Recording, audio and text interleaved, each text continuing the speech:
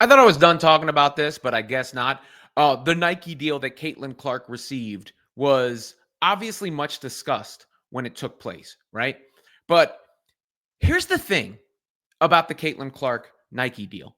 Nike got an absolute steal. NBA All-Star Weekend going on, and it seems like all the wagons were hitched to Caitlyn Clark's participation in a possible three-point shootout as the selling point for the men's game. Those are the guys who have the big, massive sneaker deals, and they wanted some of Caitlyn Clark's juice to boost their game because her star power is on par, if not bigger, than any basketball player in the world, male or female. So it is my opinion that Caitlyn Clark should be compensated on a shoe deal as much as any athlete that Nike has, right? And I said that at the beginning when it first dropped. I said that when it was announced that they were getting her on the cheap because of the motion that Caitlyn Clark has and the eyeballs that she's brought to the game and the impact that she's had on the sport. So from a shoe business standpoint, it was a steal. And I tried to explain that at the time. I did a little short that wound up getting 1 million views basically on every platform as to why Caitlyn Clark was the one who got this big, massive Nike deal. But at the same time, there was backlash because Asia Wilson did not have a Nike deal. And people were like, how did Caitlyn come in and get it? And Asia is great. Blah. And in a lot of ways, that was a preview for some of the dumbass discourse that was to come. And the reason that that box has been reopened is because Asia now has her signature shoe. Congratulations to her. It looks great. I did a video praising the shoe. But she also discussed the process behind it a little bit and had this to say. I showed it to them, I want to say, literally maybe a day before my jersey retirement. Okay.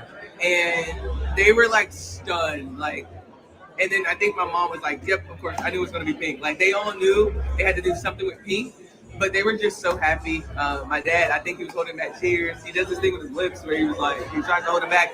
He did that. And it was just a, like, happy moment for the Wilson family, and I was just so appreciative to have them. And they got their pair, so that's when it really kind of seeped in, and like they could see it in their size. So they love on the shoe. My dad's like, "What are the other colorways?" I was like, "All right, calm down. You're gonna get your pair." They have a black label pair now, so it's definitely big. Because once you let the family know, they're gonna want to know everything, and you can't get them everything. So this was a secret I had to keep from them, but I'm glad they love it. And then what was it just like with the emotion with Cheryl welcoming you to the family? Man, it's that moment there, it's indescribable. It's surreal. Like, someone like Cheryl, she's done so much for our league, for me. So to share that moment with her is truly powerful, and I'm glad that I can make her happy. Like, everyone that laid the foundation down for me to be where I am today. Like, this is who this shoe's for. So appreciative, and yeah, I'm just happy that now she gets her pair. So that was a video shared by Nick DiPaolo, who wrote in the caption about that Asia Wilson had to keep that deal a secret for a prolonged period of time. He wrote from her parents for almost 2 years.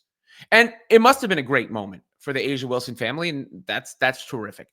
But it does harken back to when the Clark shoe deal was announced, and there were a bunch of people who were sort of campaigning on Asia's behalf, and I wouldn't say she squashed that. That's when she did the whole delayed but not denied post, which seemed to feed into that frenzy and only ratcheted up some of that, I think, animosity that came towards Caitlyn Clark. Now, if Asia couldn't talk about the shoe, she couldn't talk about the shoe. That's fine, and that's understandable, right? Like that's understandable. But there was also a way to do it that didn't make it seem, because if I'm reading that, I'm thinking she's saying, yeah, you guys got me, but it's coming, right? Like, we'll get there eventually.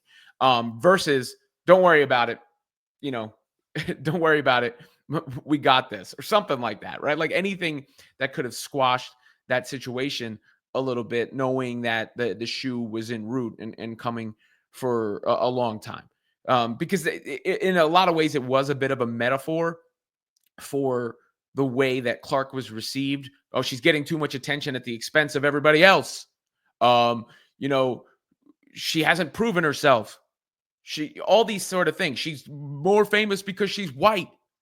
And then for the celebration to come with Cheryl Swoops, Not that Cheryl can't be a part of it. Not that Asia can't like Cheryl Swoops, but it does, add that little bit of a cherry on top of the point I'm making here, where Swoops, who was the biggest hater of Caitlyn Clark, to a generational degree, is the one like celebrating the moment of this shoe that was done in secrecy when she was never denied the shoe, if we're to believe the timeline, the way it was presented. And again, I like the shoe. I hope the shoe does well, all those things. I think the more shoes do well, the better it is for the game. We've already seen the Sabrina shoe do well, but I understand. I understand why Caitlyn Clark fans feel a certain type of way about that, about the way that was cryptically handled. And, Asia has done some subsequent, like the whole, I hate to bring it up again, but it is what, like the conversation with Kelsey Plum that she had that was caught on, that was one of the strangest conversations I've ever heard. Just a completely awkward and strange thing to say to somebody. You're not in a college lecture room talking, or you're not like, at a round table discussion to say that to somebody's face. You recognize your privilege. I never heard that before. And I've been in a lot of rooms with a lot of different people.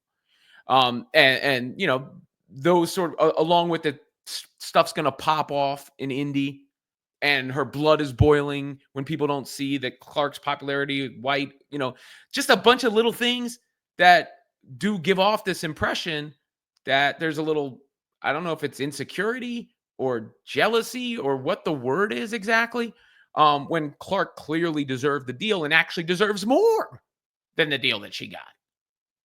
The deal that she got is pennies. And I don't know if it caused an actual delay for Caitlyn Clark's shoe or not, because Nike was scared of the backlash. I don't know how the machinations work. I do know this. Once Clark's shoes drop, they're going to sell out. They're going to move units. It's going to be a huge boost. It's going to be the biggest product Nike has had in a long, long time. I can promise you that. I mean, we've seen it.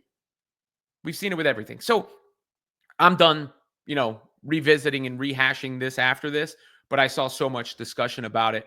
And it's a fair point. It's not like a made up thing. It's not a made up thing to be aggrieved about. Like sometimes I do think Clark's fans can latch onto the littlest thing and make it into the biggest thing, and it's really nonsense. And I'll call that out too.